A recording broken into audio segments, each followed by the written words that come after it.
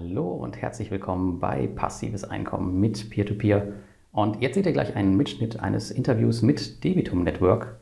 In Person sind das Sergei Demchuk, der CEO, und Liberts, der Co-Founder. Und es ist auch noch eine Person dabei, um die es in den letzten Tagen sehr, sehr viel Diskussion gab.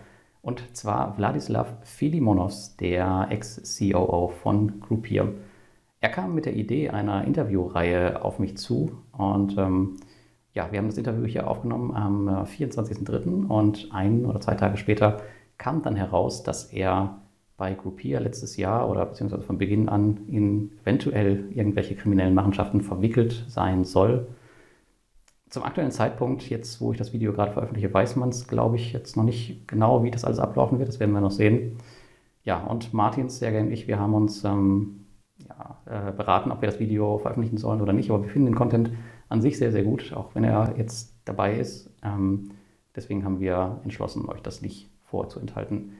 Aber auf der anderen Seite, wir drei distanzieren uns auf jeden Fall von ihm und von jeglichen Kooperationen, bis das Thema geklärt ist.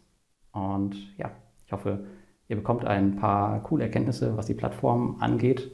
Die Timestamps zu den einzelnen Fragen findet ihr unten in der Videobeschreibung, wenn euch irgendwas speziell interessiert.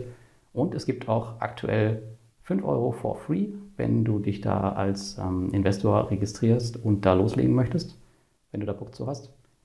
Und ich würde mich natürlich freuen, wenn du den Kanal für weiteren Content abonnierst. Und ansonsten wünsche ich dir jetzt viel Spaß beim Interview. So guys, hi everyone. So we have a great opportunity today to speak with Debitum Network, with the owner Martin, CEO Sergei, and my friend and colleague Lars. We also feel with Lars that there is like a social responsibility we need to take at this moment, just to expand what's happening with the platforms, with the loan originators on the market, while everyone is in stagnation and withdrawing their funds. So the first question will be very simple, guys. Community wants to know, what are the real statistics you have right now in terms of deposit withdrawals? And maybe you can also highlight some of the KPIs for us, please. Okay. Hi, everyone. So let's start with some statistics that what we have, how we started this year. Our results for January, February, and the start of March were very good. Our portfolio increased by 50%. So we started the year with 1.4 million euro, and we had 2.1 million euro current investments. We onboarded 3 new loan originators during January and February, Triple Dragon, Novity Finance, and Cardec. And even in March, in this time, we onboarded a new loan originator from Latvia. Okay. It's an invoice financing company, and we are about to onboard the company from Netherlands. So as to withdrawals and all this situation during last 2 weeks, yes, we have withdrawals as well. They are not so big. It's less than 5% of our portfolio. And all withdrawals are done like with normal speed, so nothing difficult is happening for us right now. So that's probably main KPIs, main statistic that we have now. Okay, so I still need to elaborate a bit on that, if you don't mind, Sergei. Yeah, because obviously, massive withdrawals, the activation after invest is affecting everyone. I assume you've been affected as well in a way. So can you just give us an example of what measurements you're planning to take just to stop that? Mm-hmm. Okay, so with auto invest, our situation is a bit different from market. So we analyzed, we have more or less 35% of our portfolio invested with this feature, auto invest. It means most of our investors, they take decision by not automatically, but they actually, every time that they assess our assets, they decide which asset to purchase. And we don't see big changes in that behavior. So we still have almost the same level of auto invest. That's why I couldn't say that we have to make some specific measures on that. Okay. Thanks, Sergei, for being honest. So, Lars, maybe you can continue. So let's continue with the next question. You just said you onboarded 3 new loan originators, Sergei. Does this crisis kill now your plans for the rest of the year? Well, we consider it's too early to say. Of course, it already affects our plans, but we still have quite good pipeline of loan originators who we would like to onboard, with whom we already conduct due diligence. I would say that it will be more clear in a month or maybe 2 months. So for sure it will change some our plans, but we still expect that we will grow. We were always risk aware, so it's like not many things will change from our understanding with whom we would like to work. Yeah. If some loan originators who work only with small businesses severely affected by this situation, probably they will not need more funding at that moment. So that will be a fact. And as to others, because we have some loan originators working in digital area, like the one we onboarded, Triple Dragon.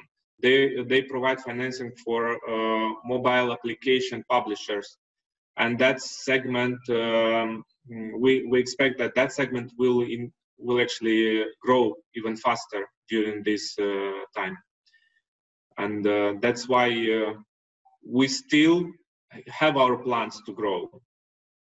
Vlad, you can continue. Yes. I actually have a very simple question. As we can see right now in the market, what's happening?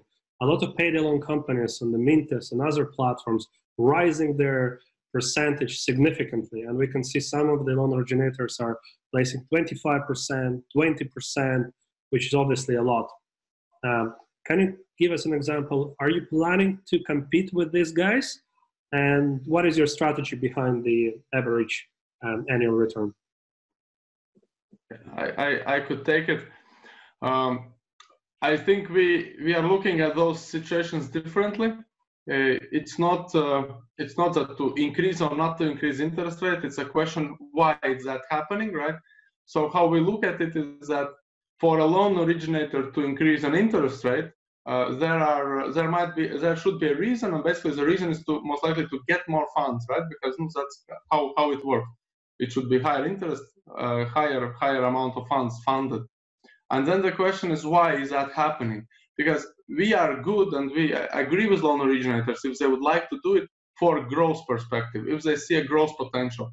For example, the same Triple Dragons that Sergei mentioned, that we would understand that it makes sense for them to increase interest rate, to get more funding, to get more liquidity, to give out more loans in this COVID situation where everyone is at home playing games. Even government is saying, stay at home, play games, right? So we would understand that. As the other side, we see that there might be negative reasons why someone is willing to increase liquidity. First of all, maybe some other debtor has decreased the debt. Some other debtor has said, no, I will not give you a loan, give me back my money, and therefore they have a decision either to decrease portfolio or get different money in fast. So that might be a reason. And the more negative reason might actually be that maybe the borrowers are actually not paying back, and there is a gap in the portfolio, and they just need to fill that gap with fresh money. And so we are very, very cautious if someone says, I would like to increase interest, if it's in a proportion that is not rational, right? If you have been borrowing for 8-9%, and then you would suddenly say, I would like to borrow for 15%, that would be a big red flag for us. That would be a big alert. What's happening? What has happened with your business model? Did you become more profitable? Did you change your business model? Your margins increased? Your margins doubled? What happened? Are you planning to grow, or you have problems because of which you are just willing to fill that gap? So we don't expect to raise with interest rates. we see that some of the loan originators might increase them slightly just to get more funding in to grow. Okay, fair enough. Thanks a lot, Martin. So Martin, you are issuing mostly business loans or only business loans, which are massively affected these days. Some platforms like Crowdestor are now working with the suspension of the payments for 3 months. Do you also plan to implement something like this, or how your loans are performing these days? Yes, we do understand that it might happen. I think that loan originators might have to restructure loans, and actually in some countries governments might direct loan originators to restructure loans. But at the same time, we look at it that we need to understand with what loan originators are we dealing, what are the loan originators that are on Debitum Network, and how it might affect them. For example, Triple Dragon, we already mentioned a couple of times, we think that their portfolio should grow and that actually game developer revenue should increase. So we don't see that to happen in that loan originator. Cardec, it's basically a Dutch government-owned company's loans, so promissory notes. So unless there are issues with Dutch government to pay what they have planned in the budget, it should be no problem. At the moment, we don't think that the crisis will be so huge that the Dutch government will start defaulting on their payment obligations. When we talk about factories, for example, then we see that they are an invoice provider. So what it means is that borrowers, when they sell invoice, they actually have already provided the goods or services, and mostly to regional or international larger companies. So we see that that should not be affected as much. Of course, there are segments that might be affected. Maybe something in logistics, because logistics are a bit slower now. Maybe something in retail. But in general, those bigger companies shouldn't start defaulting a large proportion on payments. Plus, in fact, for example, case many of the invoices, actually most of the portfolio is insured. What it means is that if the one that has to pay doesn't pay it back, there is actually an insurance company, Atradius or Krise, and if it's a very good and large insurance companies that would actually take that obligation and pay instead of the payer. So we see that's also a good sign for us. With Novity from Lithuania, I think that their loans might be actually affected the most, or one of the most. But what is good with them is that they have EIF guarantees. It's a European Investment Fund guarantee. If the borrower doesn't pay back, that European Investment Fund will cover that debt. So again, we see that yes, maybe something will happen there, but we see a way out. We see clearly how loan originator will collect the money and will be able to deliver on the buyback, for example, if the payments will not be on time. And I think I will tell also quickly about micro capital is that Sergei knows best, but I can tell you, I think with them what's good. Yes, we already have talked. Sergei talked with them, I think this week or last week, and yes, they expect that business loans might be late, but then again, most of their portfolio, around 50%, is in agro loans. And in agro loans, in agriculture, they do not expect that farmers will stop paying. And actually, it might even be that the farming will be a better industry in short term, right? And maybe even because everyone has to eat, and it might be that prices goes up, etc. So we are evaluating each loan originator very carefully during this time. And we see that, yes, there will definitely be late payments. We would be stupid if we would say that there will be no late payment. But we see that if there will be a late payment, we see how loan originator will have enough money to issue the buyback and to actually fulfill that buyback. Okay. So we feel quite confident in general about loan originators on that. I actually would love to add a few questions here as well. So taking into account the current situation with the COVID-19 financial crisis and so on, can you give us specifically what elements of due diligence you're going to adjust in order to make sure that your investors are secure? Sergei, maybe you? Yeah, I think partially Martin should already answer it on that questions, because what we are doing now, we are in very frequent communication with all loan originators. So we speak with them every week. ask how are you guys doing, what measures you are taking, how much liquidity, and what is your how much liquidity you have to overcome this period, and we check financial covenants. And before this situation, we had quarterly monitoring. Now we switch to monthly monitoring. So we will more carefully check their non-performing loans. We will see, as I said, if they have enough liquidity, what are their future plans, how to overcome the crisis. And other part is working with new loans, to upload new loans. Before crisis, we checked them, like not every asset, but randomly we checked in order to ensure that loans are real, everything's fine with them. Now we are checking every specific asset before uploading, and we will just exclude those which are, let's say, under higher risk. So some specific areas that will be or are already affected. Okay, thank you so much, Sergei. Okay, so we are talking now, or we talked now about the loan originators. What about you as a company? So what measures have you taken to overcome this crisis? Okay, so as to our company, we are quite small team. So now we have 10 employees, full-time and part-time employees. Most of our IT team work partially on our project and other projects as well. So for us, it's not big issue with them.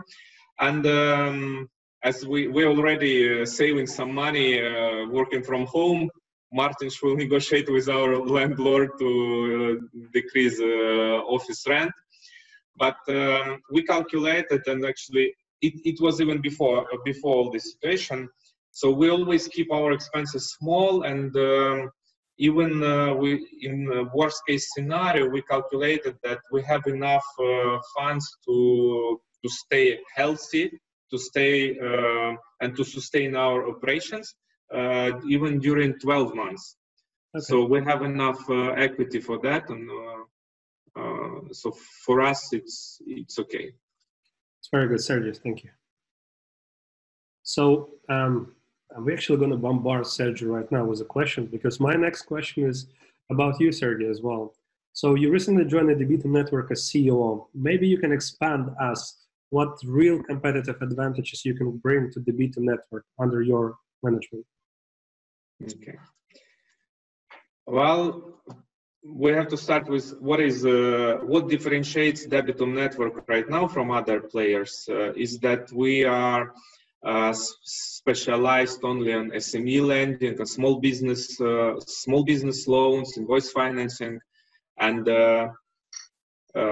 we are very risk aware. We take risk very seriously, and that's why it is very important for us, for Debitum, to understand how microfinance institutions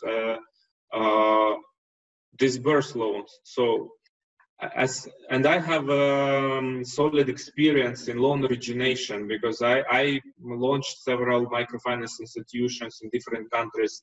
Before that, I had banking experience, and this is like strong. My experience, that's what I brought to Debitum, and that helped us to see better the situation with each loan originator. How they're going to develop their business, how they issue their loans, what is their business plan, and is it feasible or not? And this is that strong part that I bring.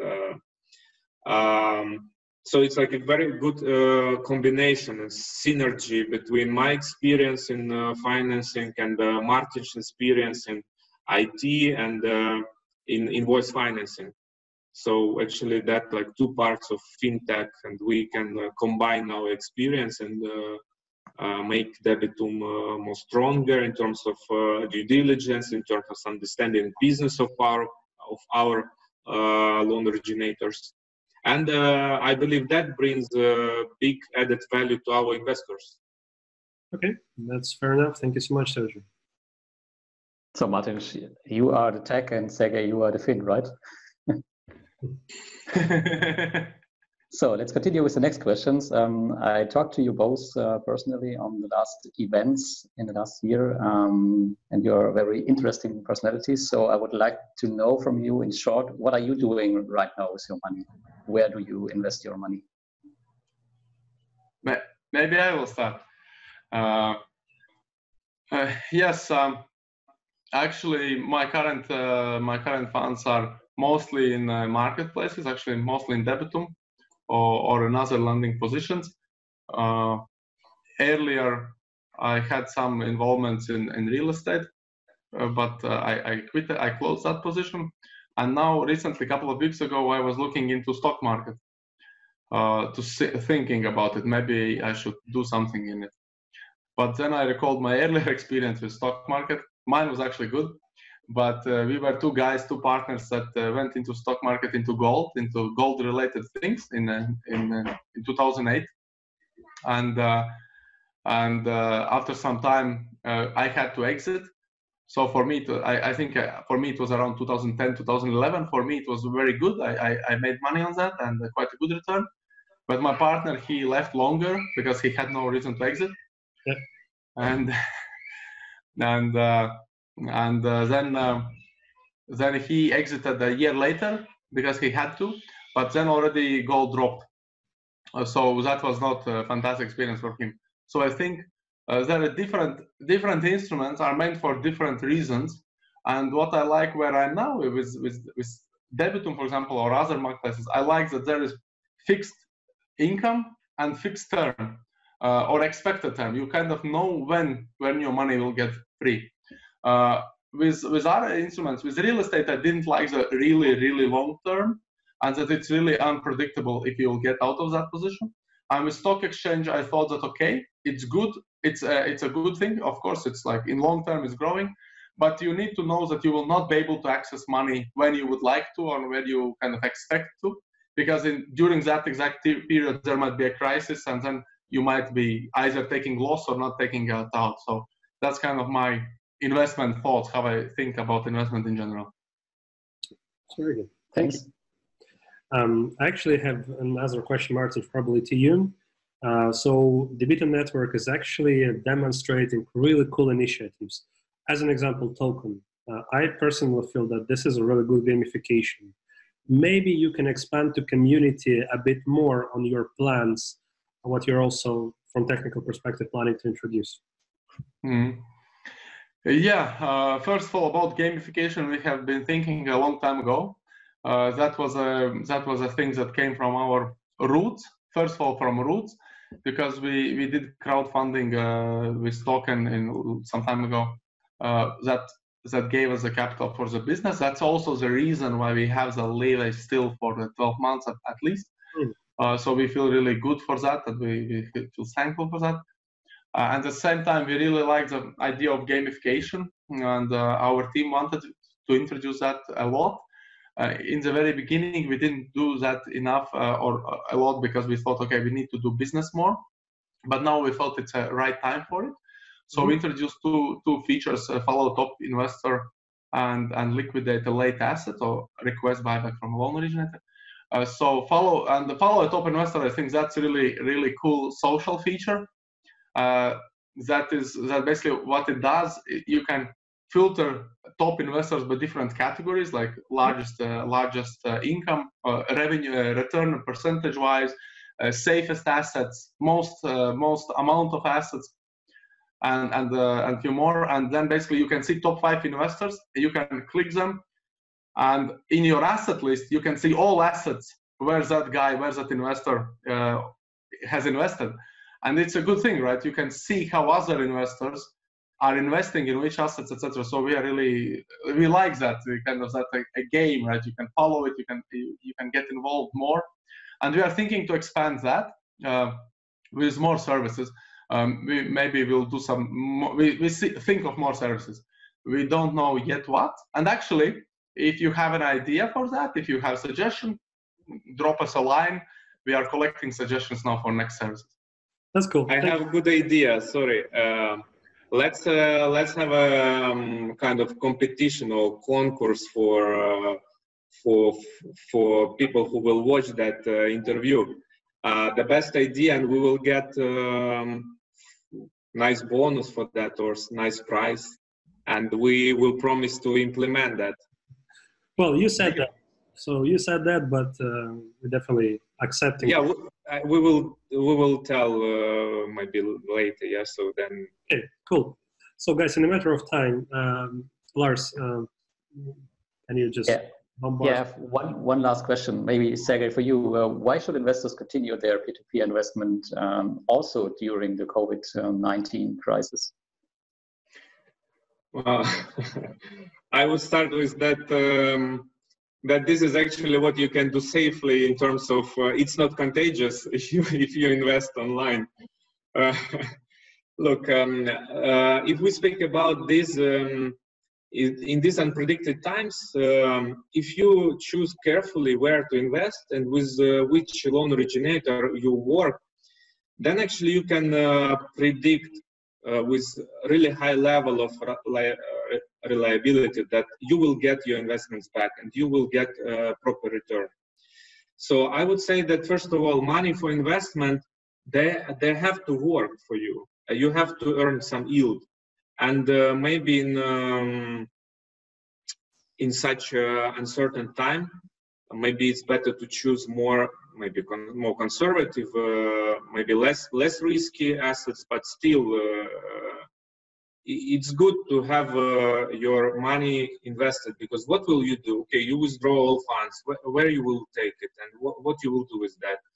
And maybe it's better to look at some let's say conservative strategy, not to run for really high interest rate, which Debitum never did. So we always were conservative in terms of interest rate. So that's why we consider it's okay, and it's still something that investors should consider. And that's actually what we see from our professional investors. Those who invest more, they are not so influenced by this panic, and they still keep those investments. So they don't withdraw all funds back, because they understand that the reason for investments, they have to work. So I think that's one of the most important things to mention. And what else?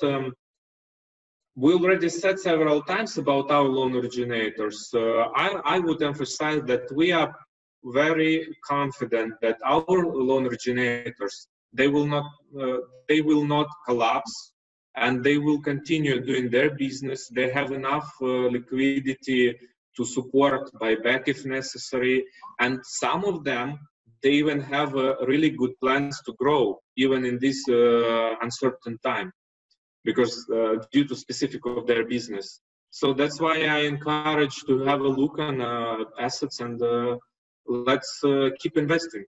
Perfect, guys. Last but not the least question to both of you. What message you would like to deliver to the community? I think I did, Martin, so maybe you can add.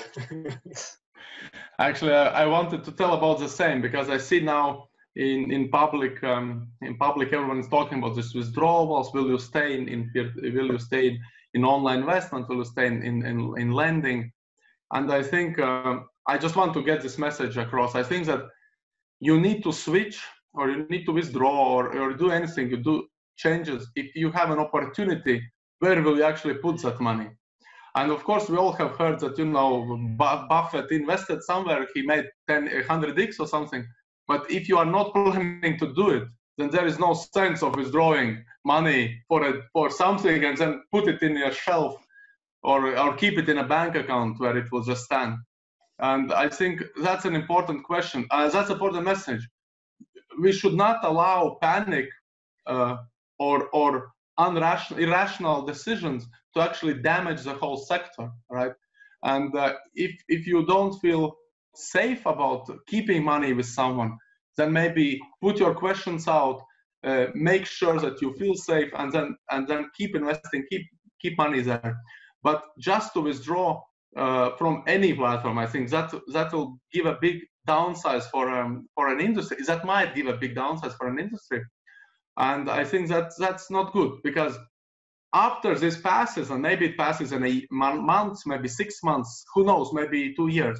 After this COVID healthcare crisis has passed, people will want to have this industry, right? They will want to have these platforms to invest. And it would be really sad if, because of irrational decisions now, they would actually damage that future possibility later on. So I think that we have to be more rational, more professional, think about our investment, think about our money, make more analysis.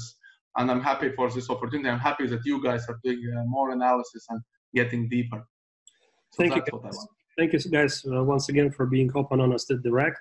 So it was the Debitum Network, CEO Sergei, founder Martin, Lars Robel, and myself, Vlad.